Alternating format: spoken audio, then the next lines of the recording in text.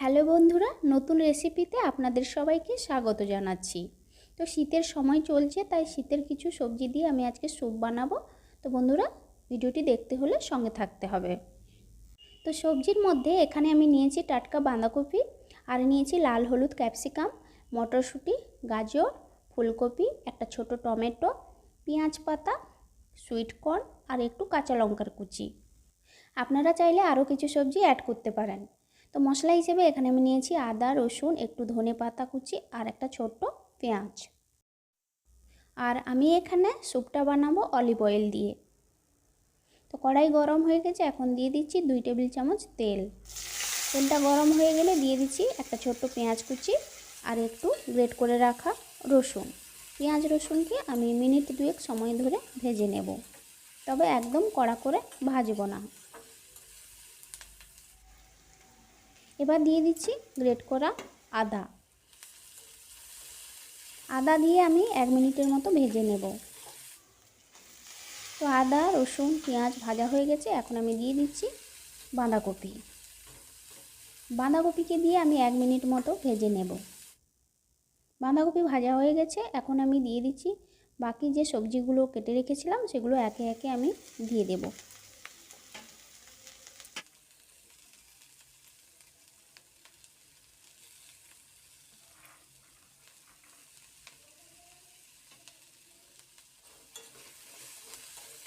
এবার সবজিগুলোর কাঁচা গন্ধ চলে যাওয়া পর্যন্ত আমি ভেজে নেব। টমেটোটা সবার শেষে দিয়েছি, কারণ প্রথমে দিয়ে দিলে টমেটোটা নরম হয়ে যাবে। এবার আমি দিয়ে দিচ্ছি প্রায় 700 মিলিলিটার জল। স্যুপে একটু জল বেশি লাগে, তাই একটু বেশি করে দিলাম।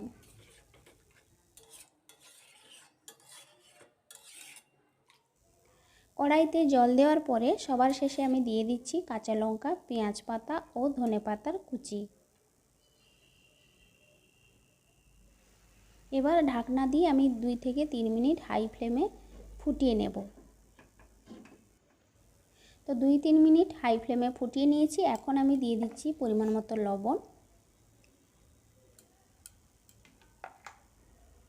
আর দিয়ে দিচ্ছি একটু চিলি ফ্লেক্স। আপনারা চাইলে দেবেন, না চাইলে স্কিপ করবেন। আর দেব হাফ চামচ চিনি গুঁড়ো। এটা শুধুমাত্র স্যুপের ব্যালেন্স ঠিক রাখার জন্য। আপনারা চাইলে দেবেন, না চাইলে স্কিপ করবেন। এবার আমি ঢাকনা দিয়ে লো ফ্লেমে প্রায় 7 মিনিট মতো সেদ্ধ করে নেব। এখন আমি একটা বাটিতে ঠান্ডা জল নিয়েছি, আর সেই ঠান্ডা জলে 1 চা চামচ মতো কর্নফ্লাওয়ার নিয়ে ভালো করে জলের সঙ্গে আমি মিশিয়ে নিচ্ছি। আপনারা চাইলে চালের গুঁড়োও মিশিয়ে নিতে পারেন। এখন আমি এই মিশ্রণটা স্যুপের মধ্যে দিয়ে দিচ্ছি, যাতে স্যুপটা একটু গাঢ় হয়। তো কর্নফ্লাওয়ার দিয়ে সঙ্গে সঙ্গে নাড়িয়ে রাখতে হবে, নাহলে নিচে বসে যেতে পারে। তো কর্নফ্লাওয়ার দেওয়ার পরে মিনিট 2-3 আমি ফুটিয়ে নেব। তো স্যুপ আমার রেডি হয়ে গেছে। তো বন্ধুরা, ভিডিওটি ভালো লাগলে অবশ্যই সাবস্ক্রাইব করবেন। আর শীত পড়েছে, তাই আপনারা হেলদি স্যুপ খান আর শরীরকে ঠিক রাখুন। তো ভিডিওটা তাহলে আজকে এখানেই শেষ করছি। আবার দেখা হচ্ছে নতুন কোনো রেসিপির সাথে।